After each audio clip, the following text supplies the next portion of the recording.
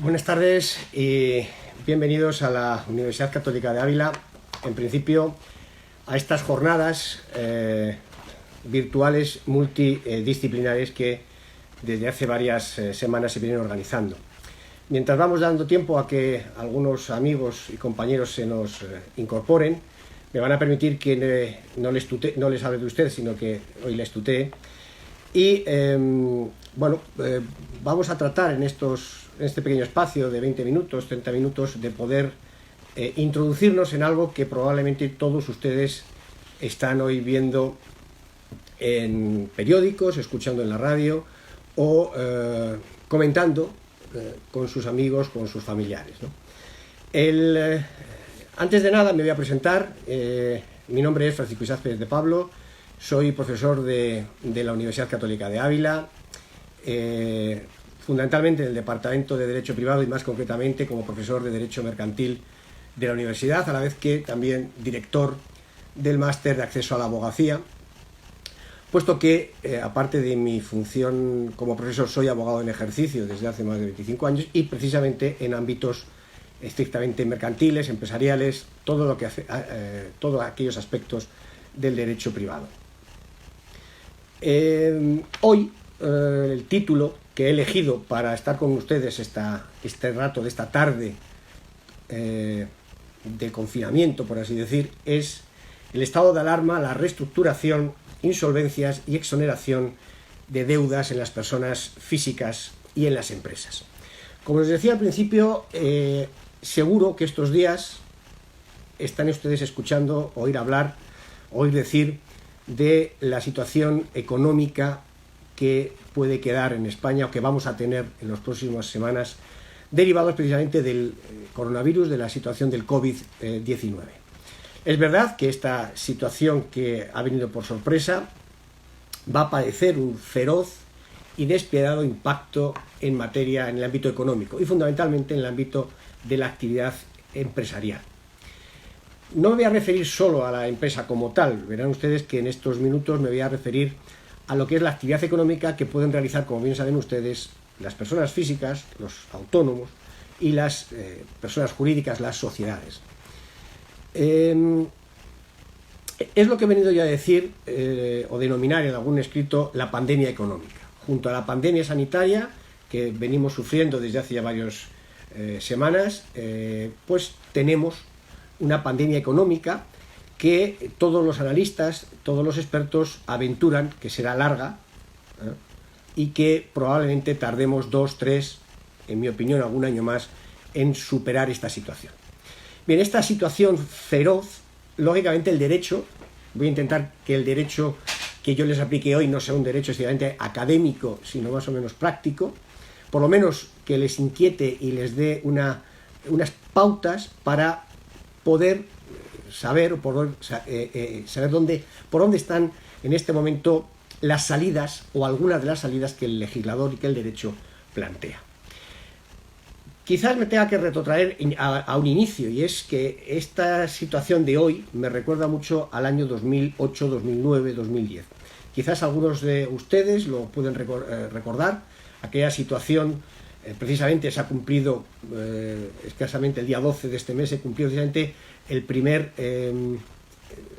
aquel momento en el que Europa nos dijo que no estábamos cumpliendo y vino una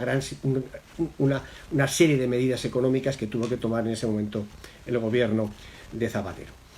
Bien, la cuestión que me recuerda esto es el concepto del denominado, que habrán escuchado, fracaso empresarial. Un fracaso empresarial que también es un fracaso social, ¿no? El fracaso no existe, lógicamente. El fracaso del empresario, del emprendedor, del que tiene una actividad económica. No me voy a referir solo a la empresa mediana o a la gran empresa, me estoy refiriendo pues al carnicero, al albañil que tiene su propia empresa, al empresario que tiene una asesoría, a estos pequeños empresarios que lógicamente van a ver con inquietud la situación que desde la situación del estado de alarma se ha provocado. En principio, la sociedad ha venido teniendo como criterio una cierta penalización una penalización, una condena al empresario que fracasa. El fracaso está penado, el éxito en los negocios está bien visto, pero el fracaso está penado. Y cuesta mucho el recuperarse de esta situación. Es verdad que yo creo que hemos aprendido de la crisis de 2008, una crisis muy diferente a la actual, en que hay que recuperar el sector empresarial, hay que recuperar las vocaciones empresariales, no es fácil, y por tanto hay que recuperar la empresa. Cuando un español se cae, generalmente mira a ver si alguien le ha visto, precisamente por ese miedo, esa vergüenza a caer, ¿no? Eso pasa mucho en el ámbito empresarial. Hay dos males históricos en nuestro ámbito económico y en nuestro ámbito de vida, es la envidia y el miedo al fracaso. Y por otro lado, si fracasas una vez, parece que ya no puedes volver a emprender. Bueno, pues yo creo que hay vida después del fracaso, creo que existe esa posibilidad y creo que el legislador, precisamente, ha intentado desde la primera crisis y ahora esta que nos viene en ciernes, intentar precisamente recuperar los tejidos empresariales, recuperar al empresario y validar la situación del sector empresarial. Creo que además tenemos un punto positivo. Creo que esta situación de crisis no va a ser tan condenatoria hacia el sector empresarial como la del famoso boom inmobiliario. Era un boom donde precisamente el dinero, las exuberancias hicieron caer a muchas empresas y quizás eso condenó a la sociedad, condenó más al especulador, al que se enriquecía. Yo creo que en este momento estamos en una situación muy diferente, muy distinta, en la cual la crisis viene motivada por un agente externo desconocido y creo que va a haber más cierta condescendencia. Pues a esto me voy a referir hoy, en esta jornada, precisamente en ver cómo el legislador ha intentado evitar ese fracaso, evitar que caigan empresas. Creo que existe, lo diré, buena voluntad, pero también diré que no veo en el legislador un cierto acierto en todos los instrumentos legales que puede tener el empresario a la hora de acceder a una segunda oportunidad, puesto que de esto se trata. Se trata precisamente de que cuando las cosas vienen mal, cuando existe una crisis económica, el empresario, el autónomo, la persona, por así decir, pueda recuperar su estatus de vida, su actividad económica. Hay un viejo aforismo y es que para poder tener éxito hay que fracasar primero. Por tanto, yo creo que estamos en un buen momento para abordar alguna de estas cuestiones. ¿Cuál es la situación que teníamos antes del estado de alarma? Que es por donde comienza hoy esta jornada. Antes del estado de alarma teníamos una situación que no es que fuera boyante, había algunos datos indicadores de que podía haber elementos de recesión económica. España en este momento tiene 47 millones de habitantes, son algunos datos de lo que nos vamos a encontrar en los próximos meses. Un IPC negativo del 0,7 en el primer trimestre, un PIB también negativo del 4,1%, fíjense lo que se están hablando, las cifras del PIB que están hablándose en estos momentos, una tasa de paro en torno al 14%, se está hablando ya de tasas del paro del 20%, y una tasa de actividad del 58%. Tengan en cuenta que según las últimas estadísticas, casi 400.000 empresas han podido presentar ERTEs. Pues bien, esas 400.000 empresas, muchas de ellas van a ser objeto de la legislación mercantil, de la legislación que el legislador ha puesto a disposición del sector económico para evitar precisamente la situación de quiebras totales de las empresas. Bien, en España el número de empresas que tenemos está en torno a los 3.400.000 empresas. Son datos que les doy para que empecemos a valorar la magnitud y la importancia de los instrumentos jurídicos que tenemos sobre la mesa desde que se ha dictado el estado de alarma. De estos 3.400.000 empresas, fundamentalmente son casi 2 millones de empresas sin asalariados, quiere decir que son empresarios, personas físicas, las que lo ejercitan. Generalmente de estos 3,5 millones de empresas se reparten aproximadamente unas 400.000 empresas en el sector de construcción, unas 700 o 800.000 empresas en el sector de comercio y unas 300.000 en el sector de hostelería. Evidentemente estaría el sector de industria, que tiene unas 200.000, y el sector del transporte unas 200.000 aproximadamente. Bueno, con estos números, ¿qué les quiero decir? Pues les quiero decir que muchas de estas empresas que hoy están en ERTE, que no van a poder tener una cierta solvencia económica o financiera, pueden caer en lo que se ha venido a denominar la segunda oportunidad para las personas físicas, o lo que se ha venido a denominar el concurso de acreedores, que de eso precisamente queremos o quiero yo tratarles hoy, precisamente de esa reestructuración de las empresas para que sean viables. El primer concepto, de estos datos que les he dado, tengan en cuenta que en el primer trimestre del año, aproximadamente,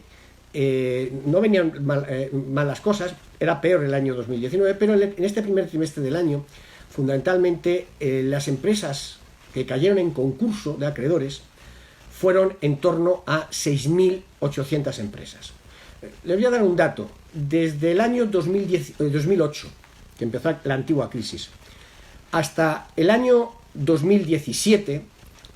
hubo unas 63.000 empresas que presentaron concurso de acreedores.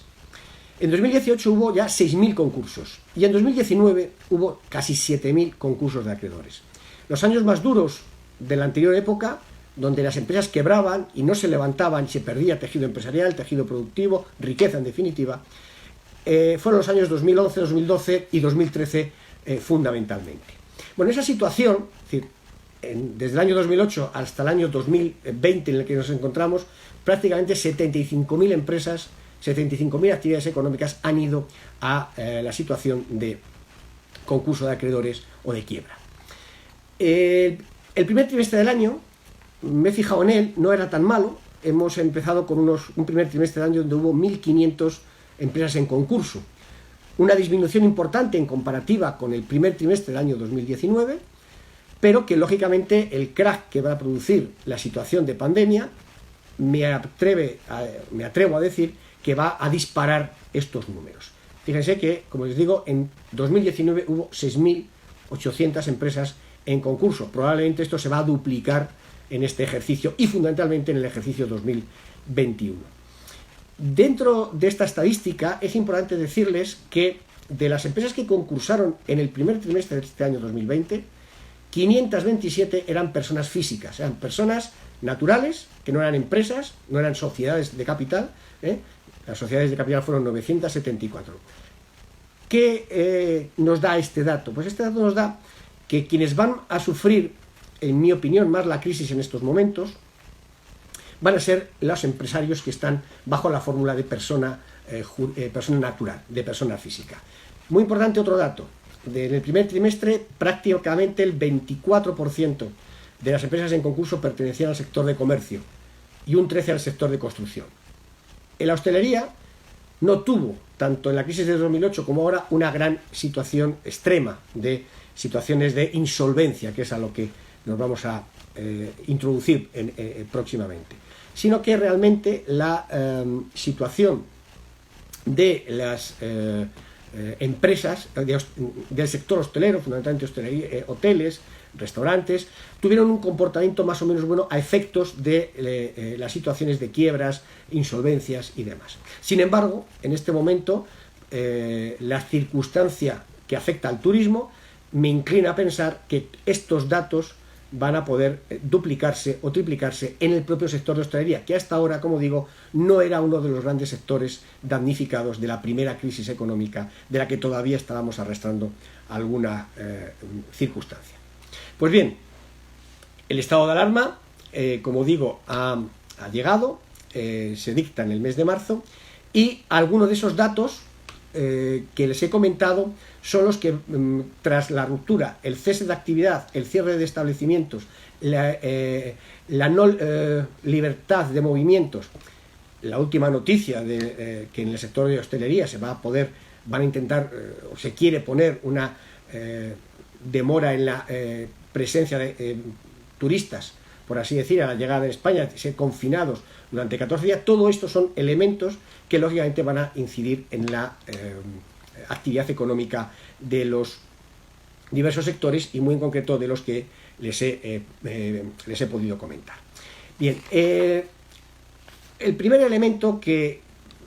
tienen que tener en cuenta es cuando alguien está en situación de insolvencia, porque no todo el mundo está en una situación de insolvencia, pero la ley es muy clara y en este sentido creo que es conveniente que nos adentremos en lo que ha sido hasta ahora el artículo 2 de la ley concursal, de la ley 22/2003, al establecer que una persona se considera que está en insolvencia cuando no puede cumplir regularmente con sus obligaciones exigibles. Esta insolvencia, este no poder cumplir con sus obligaciones, no poder cumplir con los contratos, no poder cumplir con los pagos del préstamo, no poder cumplir con los pagos a los proveedores, pues hace que pueda ser una insolvencia inminente o próxima. Estos son los dos baremos que utiliza la ley que permiten de alguna manera que el deudor ante estas circunstancias pueda iniciar un proceso para reestructurar su deuda, para poder hacer lo que les decía al principio, de alguna manera poder pagar a sus acreedores, poder no perder su patrimonio y poder continuar con su actividad. Porque aquí les tengo que decir que existe un elemento en nuestro derecho que perjudica no solo lo que les he comentado de esa conciencia social hacia el fracaso, sino que hay un elemento bastante perjudicial, pero que es en beneficio de los acreedores, en cierta manera, y es el artículo 1911 del Código Civil, que viene a establecer ese elemento de la universalidad de la deuda. Es decir, todo deudor va a responder con sus bienes presentes o futuros de por vida. Esto hace que si alguien cae y quiere volver a empezar, tiene el riesgo de que lo que pueda ganar en esa segunda etapa le puede ser embargado en favor de los acreedores. Esta circunstancia de tener el patrimonio es lo que impide en muchos casos poder volver a una actividad normal. De ahí que el legislador en su día, ya en el año 2015, ampliara el título 10º de la ley concursal a la situación de la segunda oportunidad. Ustedes habrán escuchado la posibilidad de que el empresario, persona física y persona natural pueda tener una segunda oportunidad, pueda cancelar sus deudas, pueda de alguna manera cumplir con sus acreedores y pueda quedar exonerado de aquellas otras deudas que no ha pagado, pero que no le persigan de por vida en función de ese artículo 1911. Todo ello bajo la tutela judicial, lógicamente. Decir que en esta situación en la que nos vamos a encontrar a partir de las próximas semanas, que estamos ya viendo esta situación de pandemia económica, no solo afecta al empresario, persona física que tiene una actividad económica, no solo afecta a una sociedad anónima, una sociedad limitada, una cooperativa que tiene una actividad económica, sino que también es aplicable, y me parece muy importante que recalque esta situación, a aquellas personas que aún no teniendo una actividad económica tienen situación de insolvencia, no pueden cumplir con sus obligaciones, es decir, no pueden cumplir con los pagos que tienen. Yo el otro día tuve una visita de un cliente que me decía que cómo podía reestructurar su deuda, puesto que estaba viviendo, por así decir, con lo que su mujer traía a casa. Él era una persona que había perdido su empleo y tenía demasiados préstamos, había tenido préstamos hipotecarios, préstamos personales, y todo eso le estaba ahogando. No tenía actividad económica, no era un empresario, no pertenecía a una empresa, sino era un simple trabajador que se había quedado en paro y tenía una situación económica bastante complicada. Pues para estas personas también está precisamente lo que la ley actual, ya les diré cuál es el cambio que viene. La ley actual establece como la segunda oportunidad de la posibilidad de conseguir un acuerdo extrajudicial de pagos con los acreedores y poder, de alguna manera, recuperar no solo su actividad económica, no solo incorporarse al mundo social de alguna manera, sino, lógicamente, ver que sus deudas se han condonado. Este procedimiento que está establecido dentro de la ley, ya les digo que ha sido muy voluntarista por parte del legislador, en mi opinión, pero carece de toda la efectividad práctica, quizás por burocracia, por coste, por tiempo, para que se consiga. De hecho, el número de concursos de personas naturales no empresarias no suele ser muy habitual. No les voy a contar, lógicamente, hoy los distintos procedimientos, me quiero centrar en las reformas que ha habido en estos días, porque creo que es lo más interesante de cara a los próximos meses que nos vienen. Como digo, la situación de insolvencia no se puede cumplir regularmente, hay unos criterios establecidos en la ley, el impago de salarios durante los 3 meses anteriores, el impago de obligaciones sociales, de Hacienda, Seguridad Social, el haber tenido embargos. Se va a introducir también la posible declaración de insolvencia por parte de cualquier administración de una empresa o de una persona física, y en cierta manera, como les digo, esta situación es la que de alguna forma permite que podamos o se pueda reestructurar la deuda de una persona a la hora de afrontar un próximo futuro y poder rehabilitarse social y económicamente. La situación en este momento que tenemos legislativamente viene marcada por una serie de textos que son extensos y que, en mi opinión, nos han producido un cierto barullo. Tengo que decir que, y reiteraré varias veces en esta jornada, que hay buena voluntad. El legislador tiene buena voluntad de que, lógicamente, el sector productivo español en cualquiera de sus actividades económicas no caiga, no fallezca. Eso permitiría mantener, lógicamente, no solo la actividad económica, sino sobre todo, y muy importante, el tema laboral, las situaciones laborales. Pero es cierto que, en mi opinión, nos encontramos de repente, a golpe, con una serie de normativa que van a ver ustedes, les voy a relatar, pues que nos ha llegado a todos con casi, como poder decir, con el agua al cuello. Tenemos la ley concursal, esta ley concursal que yo les comento, que es la que permite, y que la ley 22/2003, que fue dictada con una idea muy clara. La idea que tenía esta ley era salvar empresas, salvar la actividad económica, buscar acuerdos con los acreedores y, por tanto, pasar la situación de crisis y continuar. Desgraciadamente, la ley concursal, tengo que decir que en el 90% de los casos lo que ha llevado consigo ha sido que las empresas que entraban en concurso llevaban a la liquidación y cierre de la misma, con el agravante de pérdida de puestos de trabajo, pérdida de unidades productivas, etc. Esta ley concursal, que como digo es del año 2003, fíjense que es una ley anterior a la crisis del 2008, ha tenido 28 reformas. Es una ley que prácticamente ha estado reformándose cada año de alguna manera. Como digo, una de las reformas importantes fue la introducción por el legislador de la exoneración del pasivo insatisfecho a través del título 10, que es el acuerdo extrajudicial de pago. Es decir, intentar, fuera del juzgado, conseguir que las personas naturales o las personas naturales con actividad empresarial pudieran conseguir ese acuerdo y, por tanto, eliminar sus deudas. Desde que hemos entrado en el estado de alarma,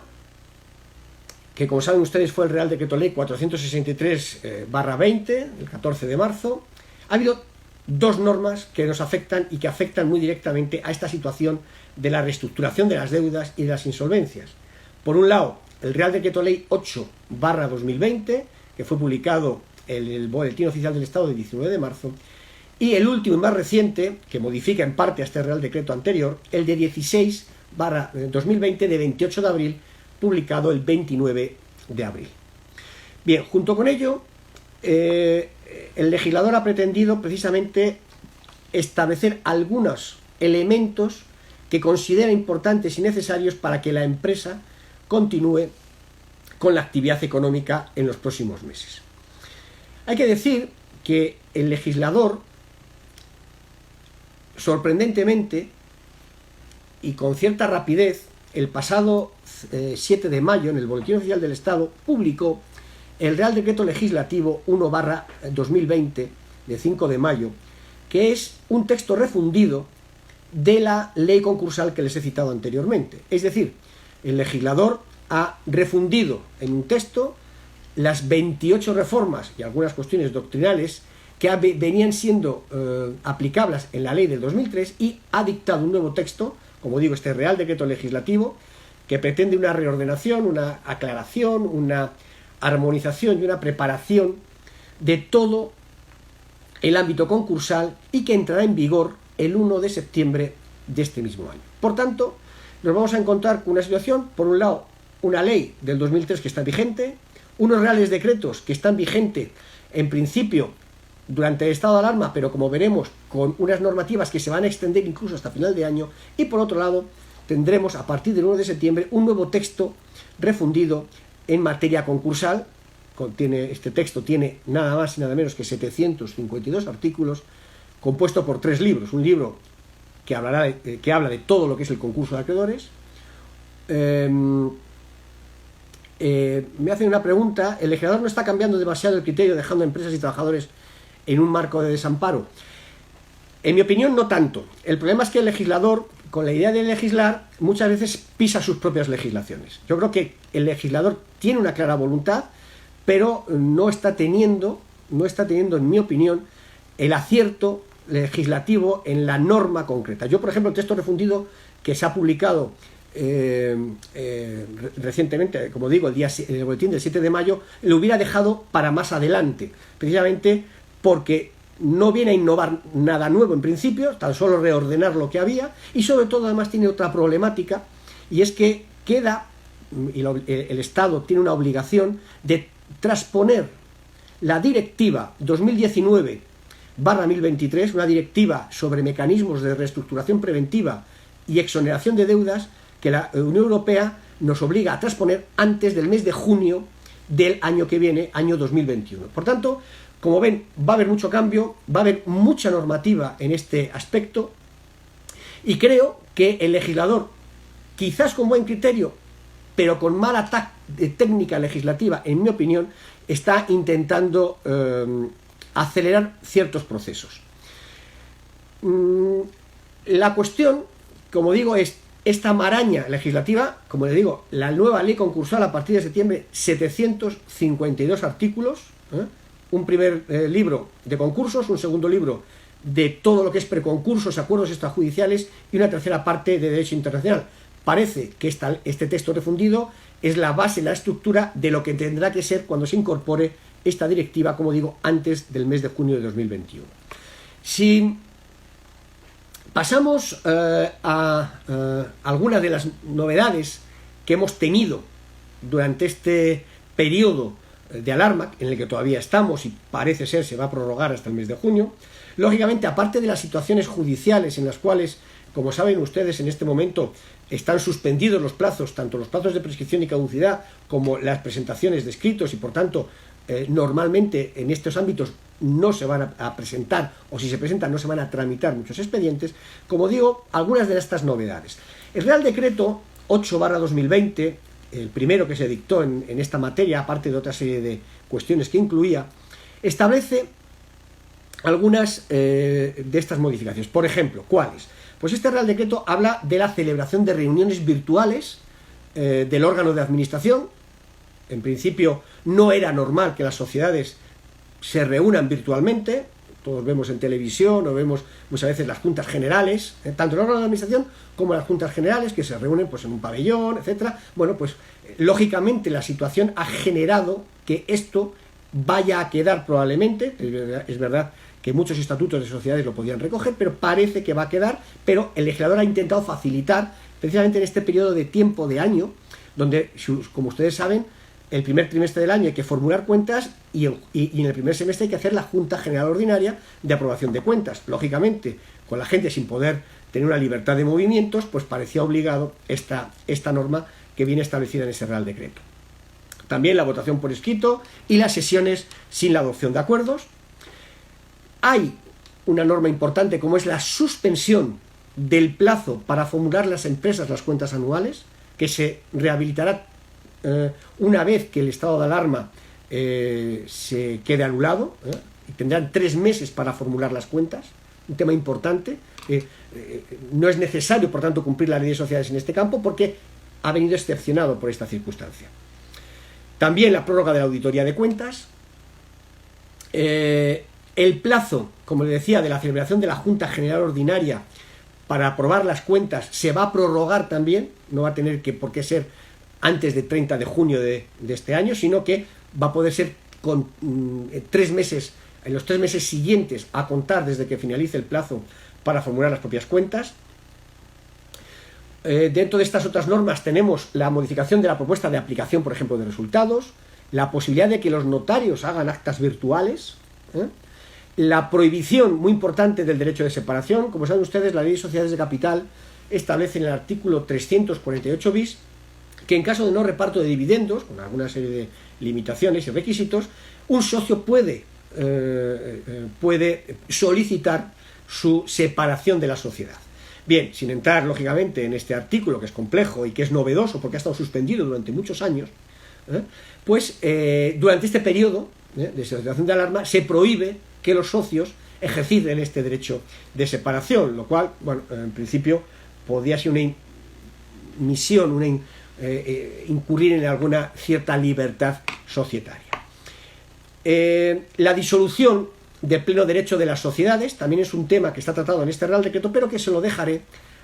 para cuando les comente las novedades que días después ha establecido el legislador a través del Real Decreto Ley número 16/20. Bien,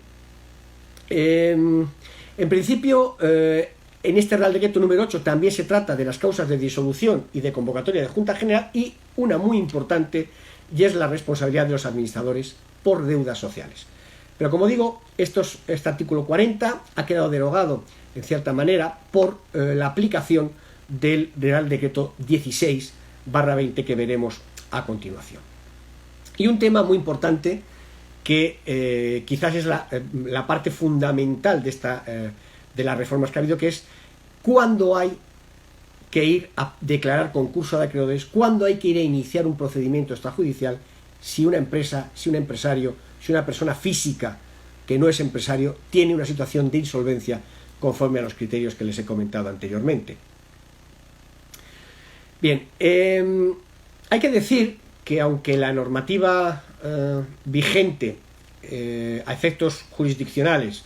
no se está tramitando nada, están suspendidos los plazos, sí que es verdad que hay algunos actos que pueden tramitarse en juzgados, como es, por ejemplo, la homologación de acuerdos de refinanciación,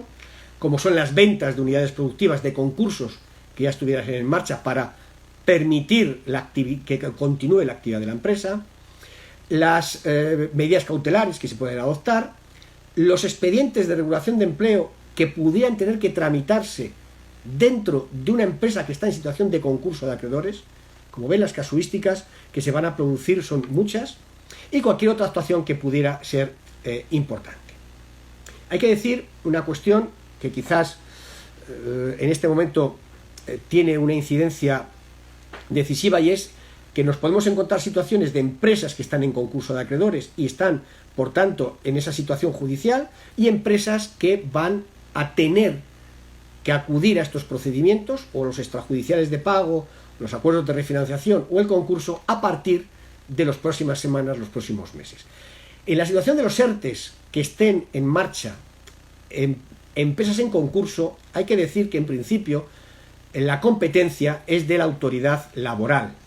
es de competencia de la autoridad laboral, aunque estén en fase judicial el concurso de la empresa. Bien, el Real Decreto 16/20, que como digo es muy reciente, del 28 de abril, es un Real Decreto que introduce una serie de reformas o de modificaciones en materia sustantiva del derecho mercantil, del derecho concursal, y sin embargo es un Real Decreto que va dirigido a la Administración de Justicia. Es el decreto donde establece en cierta manera la actuación de la Administración de Justicia en los procedimientos, pero deja el capítulo segundo, los artículos 8 a 18, para la materia concursal. De estos artículos, que como digo afectan, son artículos de procedimiento, pero afectan en gran medida a la sustantividad de la situación de empresas que en las próximas semanas o meses puedan declararse en concurso, afecta tanto a procedimientos en trámite, por tanto, como a los próximos procedimientos. ¿Qué podemos destacar? Pues miren, podemos destacar que esta normativa, en este periodo que nos encontramos, va a permitir una modificación del convenio de aquellas empresas que hubieran finalizado, por así decir, su concurso con un convenio. Ustedes saben que las empresas pueden terminar el concurso de acreedores con la aprobación de un convenio para el pago de sus acreedores y pueden estar en esa fase. convenios que pueden ser de 5, de 10 años y las empresas lo están pagando. Pues bien, en ese sentido, ese convenio se puede modificar. La propuesta de convenio que estaba aprobada y por la que la empresa había salido de la situación de crisis inicialmente, se puede modificar en el año siguiente, a contar desde la fecha en que quede sin efecto el estado de alarma. Por tanto, estaríamos hablando del mes de junio, previsiblemente del año 2021. Y podrá presentar, por tanto, esa empresa o ese concursado podrá presentar una nueva modificación de convenio que tendrá que ser aprobado, lógicamente, en sede judicial. ¿Qué otras medidas ha traído este Real Decreto? Pues la liquidación de la sociedad. Una liquidación de la sociedad que durante el plazo de un año, desde la declaración del estado de alarma, el deudor no va a tener la obligación de solicitar la liquidación, a pesar de que conozca la imposibilidad de cumplir con el convenio que estuviera aprobado. Fíjense que es importante esta circunstancia, es decir, un convenio aprobado que tiene que cumplir la empresa, pero que si ve que no puede cumplir por estas circunstancias, tiene un año para poder pedir la liquidación si ve que no va a llegar a poder hacer efectivos los pagos comprometidos conforme al convenio. Creo que son, como decía anteriormente, hay buena voluntad por parte del legislador de ampliar estos periodos para precisamente, conociendo esta circunstancia, poder de alguna forma sacar a las empresas adelante. Igualmente pasa con los acuerdos de refinanciación. Quien tuviera un acuerdo de refinanciación podrá en el año siguiente a la fecha quedar sin efecto al estado de alarma. Y luego tenemos una medida muy importante, y es la medida de la obligación de solicitar o no el concurso de acreedores o el preconcurso de acreedores del famoso artículo 5 bis de la actual ley concursal, que, como digo, se modificará a partir del próximo mes de septiembre. La ley concursal establece un plazo general de 2 meses desde que uno conoce la situación de insolvencia. Bien, cuando alguien conoce la situación de insolvencia en la que puede estar de manera inminente o de manera real, tiene 2 meses para presentar la documentación en el juzgado, bien para solicitar un preconcurso de acreedores que le permitirían 4 meses más para negociar con sus acreedores, o bien solicitar directamente la situación concursal. Pues bien, el legislador, si bien en el Real Decreto 8/2020 había demorado este plazo durante que durara el estado de alarma, en este momento el Real Decreto establece que hasta el 31 de diciembre no se van a admitir concursos, en primer lugar, necesarios contra los deudores. Como saben ustedes, el concurso necesario es el que puede presentar cualquier acreedor que ve que no ha satisfecho su crédito, que ve que un deudor suyo ha incurrido en alguno de los presupuestos objetivos de impagos o de situaciones de insolvencia, y podría presentarlo. Pues bien, la situación que genera este Real Decreto, como les digo, es la siguiente, que les voy a dividir en 3 tramos. Hasta el 31 de diciembre del año 2020 no tendrá el deber de presentar el concurso un deudor que se encuentre en estado de insolvencia, bien hubiera presentado o no antes la situación de preconcurso del artículo 5 bis. También, hasta el 31 de diciembre del año 2020, los jueces, en principio, no van a admitir esas solicitudes de concurso necesario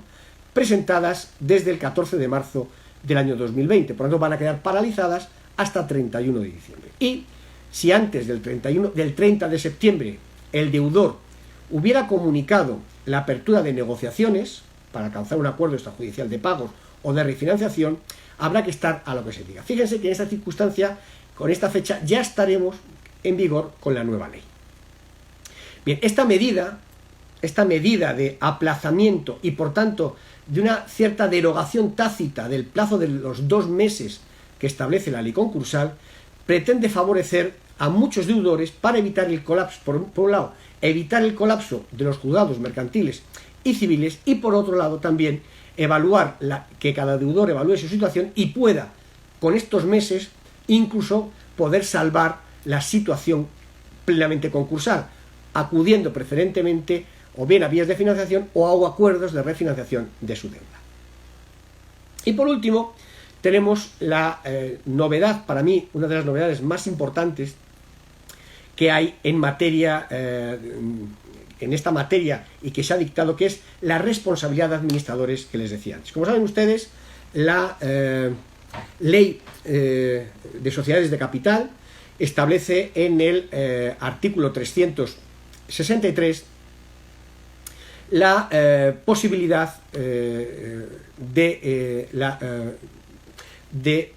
la responsabilidad de los administradores de las sociedades de capital. Es decir, los administradores de las sociedades de capital, en aquellos supuestos en los cuales no actúen conforme establece la ley, pueden ser responsables frente a los acreedores o frente a la sociedad y terceros de los daños que les originen y, por tanto, responder con sus propios bienes, con su propio patrimonio, en función de ese artículo 1911 del Código Civil que les indicaba. Pues bien, esto que es la norma general, la posible responsabilidad de administradores de las sociedades cuando no se cumplan determinados criterios, y en concreto cuando no se cumpla la situación que genera el artículo 363, toda sociedad por pérdidas que dejen reducido su capital, su patrimonio neto a la mitad del capital social, deberán de o bien convocar junta general, aumentar capital o ir a concurso de acreedores. Bien, esta situación que viene marcada, como digo, por el artículo 363, va a quedar en este momento, por efecto del artículo 18 del Real Decreto 16/2020, de alguna manera mitigada. ¿Qué dice este artículo 18 de este Real Decreto? Pues viene a decir que, en principio,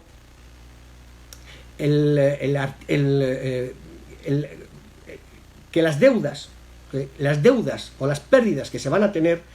en el ejercicio no van a ser las del año 2020. En principio dice que a los solos efectos de determinar la concurrencia de causa de disolución del artículo 363, es decir, que el patrimonio neto quede reducido a la mitad del capital social, no se tomarán en consideración las pérdidas del ejercicio 2020. Por tanto, el legislador está exculpando este año. El legislador es consciente de que va a haber pérdidas económicas en las empresas y no lo va a tener en cuenta para que se inicien procedimientos de derivación de responsabilidad contra los administradores. Veremos a ver cómo actúa la jurisprudencia en este sentido a la interpretación de este artículo. Dice algo más también en el artículo 18, y es que si en el resultado del ejercicio 2021 se aprecian pérdidas que dejen reducido este patrimonio neto, habla del ejercicio 2021, que dejen reducido el patrimonio neto a una cantidad inferior a la mitad del capital social, entonces sí, en el ejercicio 2021 el administrador tendrá que convocar junta, aumentar capital o proceder en su caso a la situación concursal correspondiente. Pues bien, esta responsabilidad, que incide en el artículo 367 de la Ley de Sociedades de Capital, tiene un carácter excepcional y parece que solo se aplica en este ejercicio. Es importante decir que parece que los administradores de las sociedades limitadas, sociedades anónimas, otro tipo de sociedad, cooperativas, etcétera, pueden estar tranquilos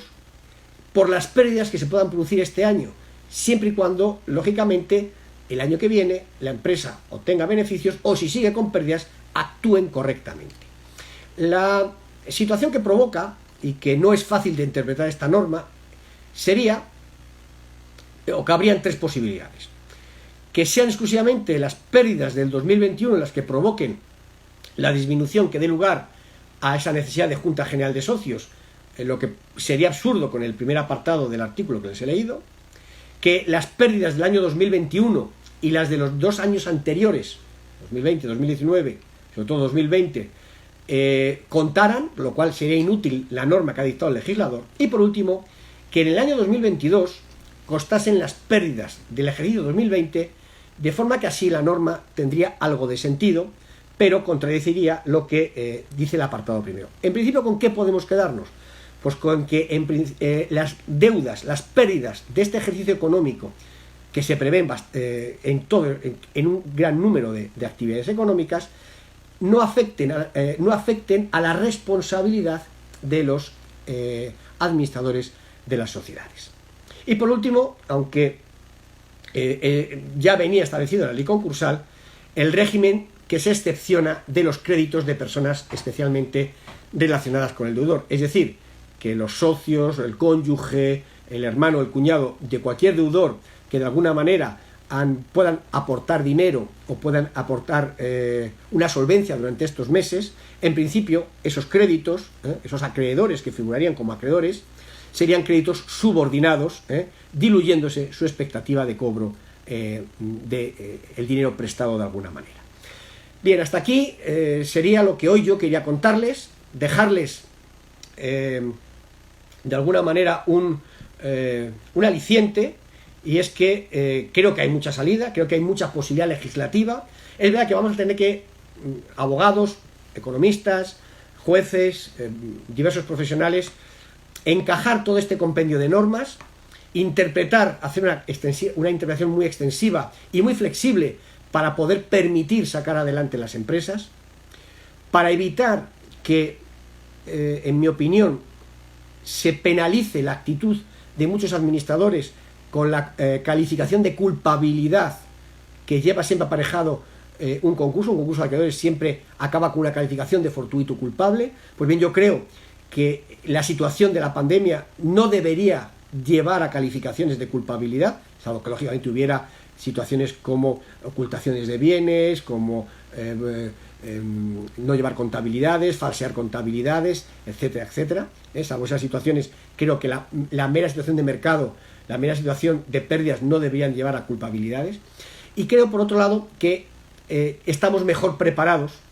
para afrontar desde el punto de vista legislativo y jurisprudencial esta situación. Se tiene ya una experiencia, la experiencia de las crisis del año 2008 y todos los procedimientos que han venido, y creo que esa experiencia nos va a servir, por ejemplo, para que las empresas no caigan, y si tienen que caer, que al menos su unidad productiva, cuya reforma, por ejemplo, es importante en el nuevo texto refundido a partir del mes de septiembre, que, como digo, entrará en vigor a partir de septiembre, que las unidades productivas al menos se puedan mantener, y si se mantiene la unidad productiva, aunque sea a nombre de otro titular, pueda mantener la actividad laboral, que en definitiva es de lo más importante. Por tanto, creo que estamos mejor preparados, llegamos mejor preparados, a pesar del barullo, de la interpretación de normas, de cierta confusión que en este momento hay. Lógicamente, hasta que no salgamos del estado de alarma y hasta que no venga una normalidad económica, no vamos a ver realmente el impacto real de todo ello. Todo apunta, como les decía al principio, de que esta situación va a ser peyorativa. Se está hablando del 20 y tantos % de paro. Yo creo que vamos a llegar muy por encima, en estos años, muy por encima de las 150.000 empresas en concurso, probablemente, sectores que no habían aparecido como el sector de hostelería. Y lo único que me queda es, para todos aquellos que estén interesados en el tema, yo estoy aquí en la universidad para atenderles, para cualquier consulta que quieran realizar, pero también decirles que cualquier persona natural que tiene deudas, que quiere salir adelante, que quiere recuperar su vida social y económica, cualquier persona empresaria que quiere volver a tener nuevas actividades, necesitamos tener nuevos emprendedores, nuevas actividades económicas, o cualquier empresa que de alguna manera tenga esta situación, lo más importante es que consulte antes de hacer nada con cualquier profesional. Seguro que va a encontrar alguno en su localidad, seguro que lo va a encontrar con fácil acceso, para que precisamente le introduzca en un campo que le va a poder permitir salir adelante, solventar sus deudas y de alguna manera recuperar eso que a mí no me gusta el término, pero tengo que decir que está acuñado legislativamente, que es la nueva normalidad. La nueva normalidad solo vendrá cuando podamos recuperar el tejido, cuando las empresas no caigan y cuando tengamos una actividad económica ascendente y no descendente. Sin más, yo me voy a despedir de ustedes, agradecerles la atención que han tenido durante estos minutos en las jornadas que viene organizando la Universidad Católica de Ávila, y recordarles, nada más, desde Ávila, que mañana todos aquellos van a poder seguir también a través de este canal de Instagram otra nueva jornada, que en este caso correrá a cargo de Irene Albertos, bajo el título de cómo influyen las distintas técnicas culinarias en el beneficio de nuestra salud. Sin más, me despido, y desde Ávila, desde la Universidad Católica, agradecerles la atención y confiar en que seguro hay muchas posibilidades para que empresarios, personas físicas, solventemos esta crisis con la ayuda de todos. Muchas gracias.